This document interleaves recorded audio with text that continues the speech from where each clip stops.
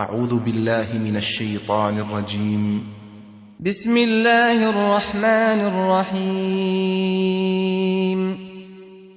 الحمد لله الذي أنزل على عبده الكتاب ولم يجعل له عوجا قيما لينذر بأسا شديدا من لدنه ويبشر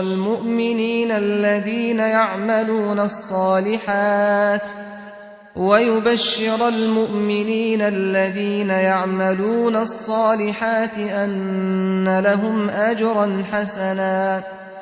ماكثين فيه أبدا وينذر الذين قالوا اتخذ الله ولدا ما لهم به من علم ولا لآبائهم كبرت كلمة تخرج من أفواههم إن يقولون إلا كذبا فلعلك باخع نفسك على آثارهم إن لم يؤمنوا بهذا الحديث أسفا إنا جعلنا ما على الأرض زينة لها لنبلوهم أيهم أحسن عملا وإنا لجاعلون ما عليها صعيدا جرزا أم حسبت أن أصحاب الكهف والرقيم كانوا من آياتنا عجبا إذ أوى الفتية إلى الكهف فقالوا ربنا آتنا من لدنك رحمة وهيئ لنا من أمرنا رشدا فضربنا على آذانهم في الكهف سنين عددا ثم بعثناهم لنعلم أي الحزبين أحصى لما لبثوا أمدا نحن نقص عليك نبأهم بالحق إنهم فتية آمنوا بربهم وزدناهم هدى وربطنا على قلوبهم إذ قاموا فقالوا ربنا رب السماوات والأرض لن ندعو من دونه إلها لقد قلنا إذا شططا هؤلاء قومنا اتخذوا من دونه آلهة لولا يأتون عليهم بسلطان بين فمن أظلم ممن افترى على الله كذبا وإذ اعتزلتموهم وما يعبدون إلا الله فأووا إلى الكهف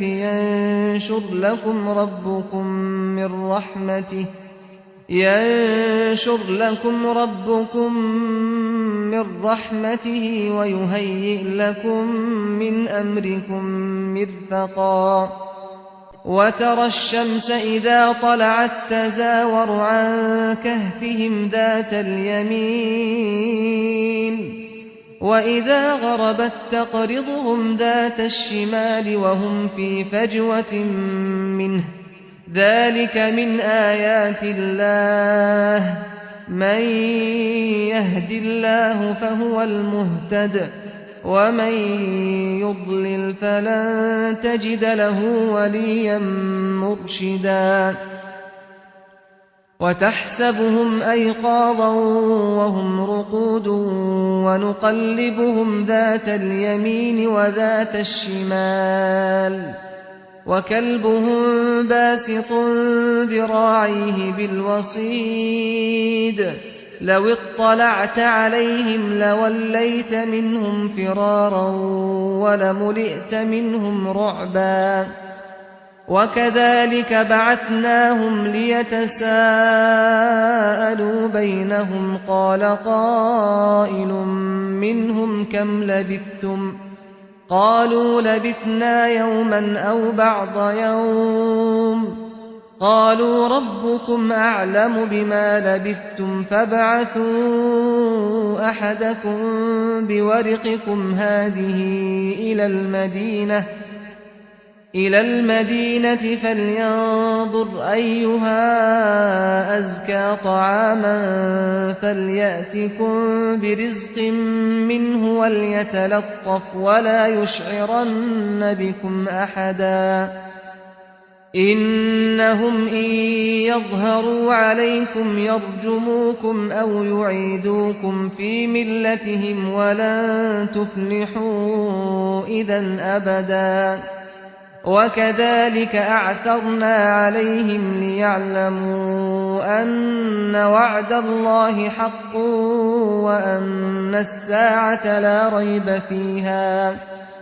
وأن الساعة لا ريب فيها إذ يتنازعون بينهم أمرهم فقالوا ابنوا عليهم بنيانا ربهم أعلم بهم قال الذين غلبوا على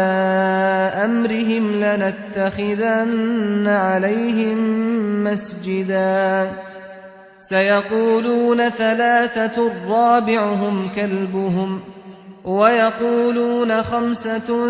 سادسهم كلبهم رجما بالغيب ويقولون سبعة وثامنهم كلبهم قل ربي أعلم بعدتهم ما يعلمهم إلا قليل فلا تمار فيهم إلا مراء ظاهرا ولا تستفت فيهم منهم أحدا ولا تقولن لشيء إني فاعل ذلك غدا إلا أن يشاء الله واذكر ربك إذا نسيت وقل عسى أن يهديني ربي لأقرب من هذا رشدا ولبثوا في كهفهم 300 سنين وازدادوا 9 قل الله أعلم بما لبثوا له غيب السماوات والأرض أبصر به وأسمع ما لهم من دونه من ولي ولا يشرك في حكمه أحدا واتل ما أوحي إليك من كتاب ربك لا مبدل لكلماته ولن تجد من دونه ملتحدا واصبر نفسك مع الذين يدعون ربهم بالغداة والعشي يريدون وجهه ولا تعد عيناك عنهم تريد زينة الحياة الدنيا ولا تطع من أغفلنا قلبه عن ذكرنا واتبع هواه وكان أمره فرطا وقل الحق من ربكم فمن شاء فليؤمن ومن شاء فليكفر إنا أعتدنا للظالمين نارا أحاط بهم سرادقها وإن يستغيثوا يغاثوا بماء كالمهل يشوي الوجوه بئس الشراب وساءت مرتفقا إن الذين آمنوا وعملوا الصالحات إنا لا نضيع أجر من أحسن عملا أولئك لهم جنات عدن تجري من تحتهم الأنهار يحلون فيها من أساور من ذهب ويلبسون ثيابا خضرا من سندس وإستبرق متكئين فيها على الأرائك نعم الثواب وحسنت مرتفقا واضرب لهم مثل الرجلين جعلنا لأحدهما جنتين من أعناب وحففناهما بنخل وجعلنا بينهما زرعا كلتا الجنتين آتت أكلها ولم تظلم منه شيئا وفجرنا خلالهما نهرا وكان له ثمر فقال لصاحبه وهو يحاوره أنا أكثر منك مالا وأعز نفرا ودخل جنته وهو ظالم لنفسه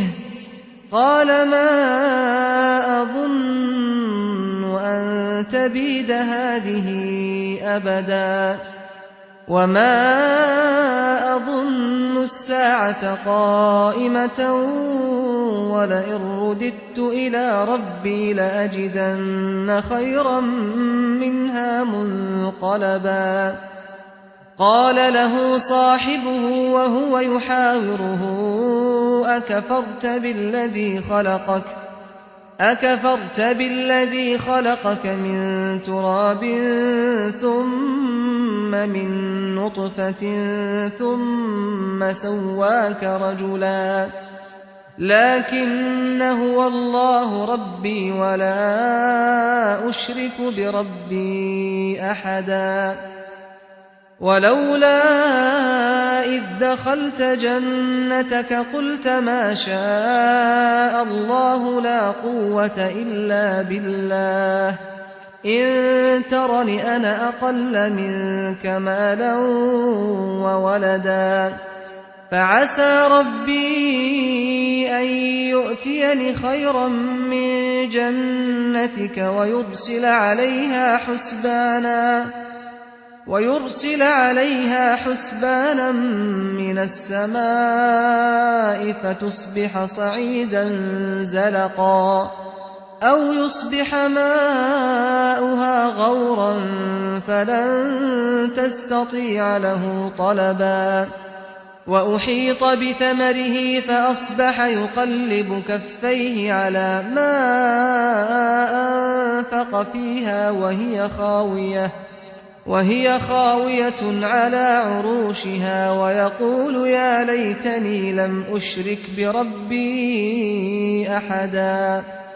ولم تكن له فئة ينصرونه من دون الله وما كان منتصرا هنالك الولاية لله الحق هو خير ثوابا وخير عقبا واضرب لهم مثل الحياة الدنيا كماء أنزلناه من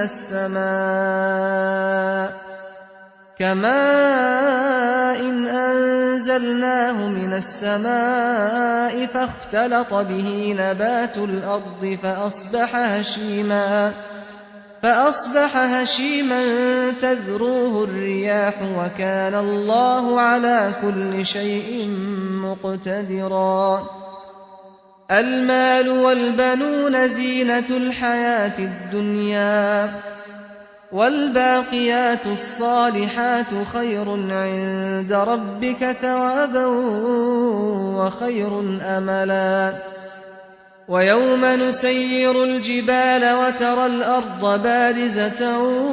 وحشرناهم فلم نغادر منهم أحدا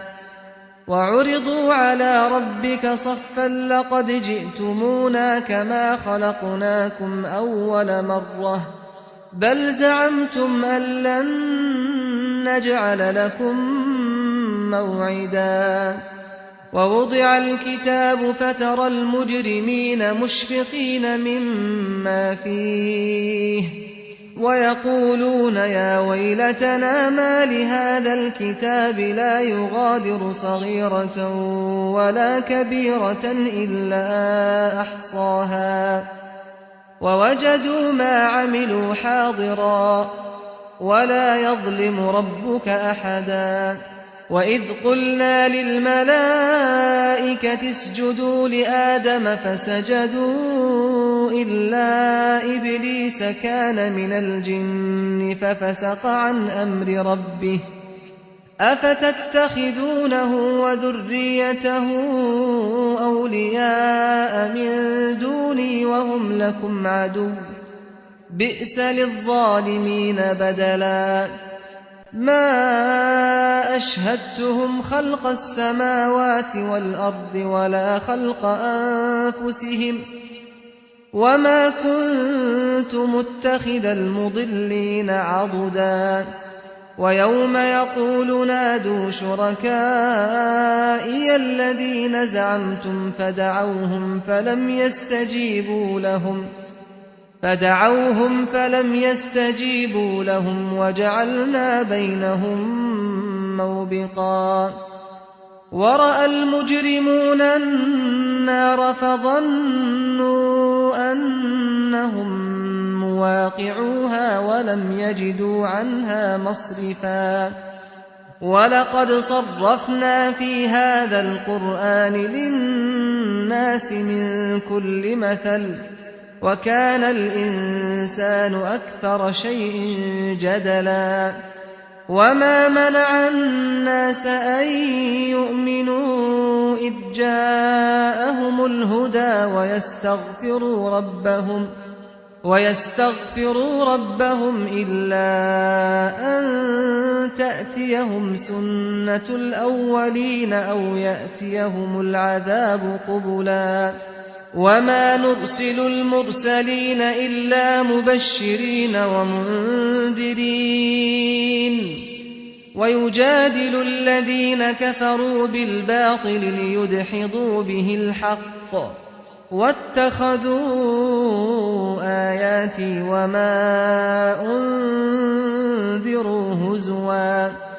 ومن أظلم ممن ذكر بآيات ربه فأعرض عنها ونسي ما قدمت يداه إنا جعلنا على قلوبهم أكنة أن يفقهوه وفي آذانهم وقرا وإن تدعهم إلى الهدى فلن يهتدوا إذا أبدا وربك الغفور ذو الرحمة لو يؤاخذهم بما كسبوا لعجل لهم العذاب بل لهم موعد لن يجدوا من دونه موئلا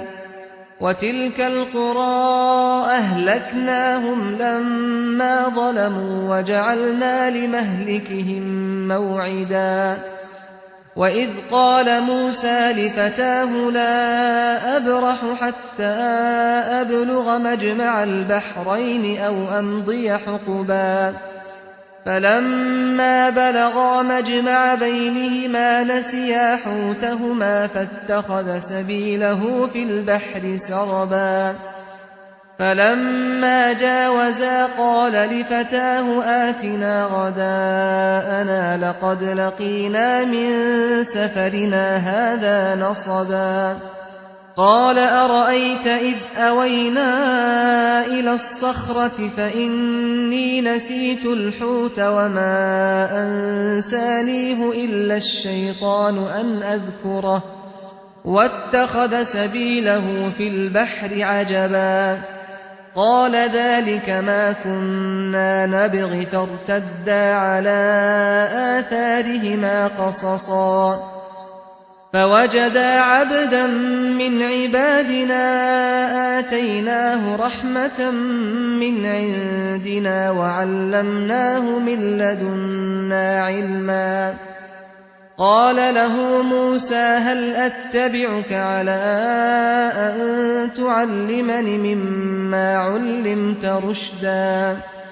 قال إنك لن تستطيع معي صبرا وكيف تصبر على ما لم تحط به خبرا قال ستجدني إن شاء الله صابرا ولا أعصي لك أمرا قال فإن اتبعتني فلا تسألني عن شيء حتى أحدث لك منه ذكرا فانطلقا حتى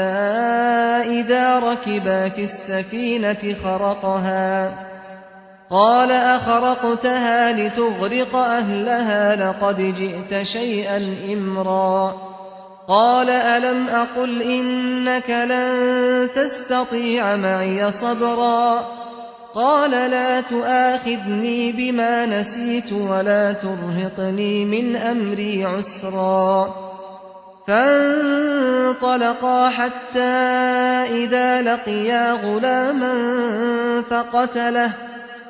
قال أقتلت نفسا زكية بغير نفس لقد جئت شيئا نكرا قال ألم أقل لك إنك لن تستطيع معي صبرا قال إن سألتك عن شيء بعدها فلا تصاحبني قد بلغت من لدني عذرا فانطلقا حتى إذا أتيا أهل قرية استطعما أهلها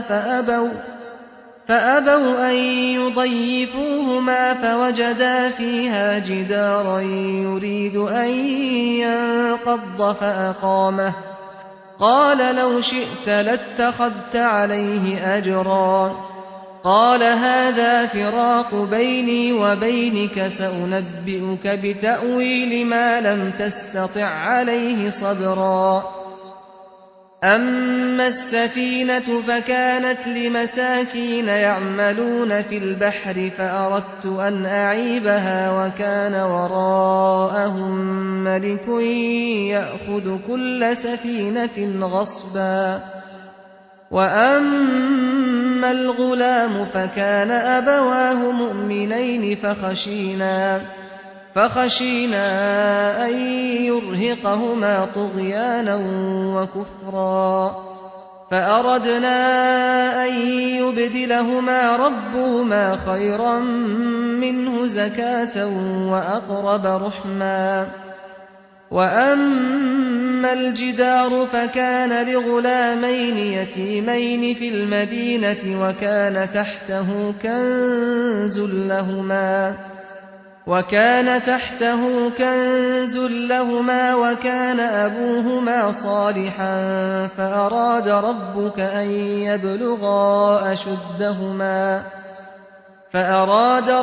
أن يبلغا أشدهما ويستخرجا كنزهما رحمة من ربك وما فعلته عن أمري ذلك تأويل ما لم تسطع عليه صبرا ويسألونك عن ذي القرنين قل سأتلو عليكم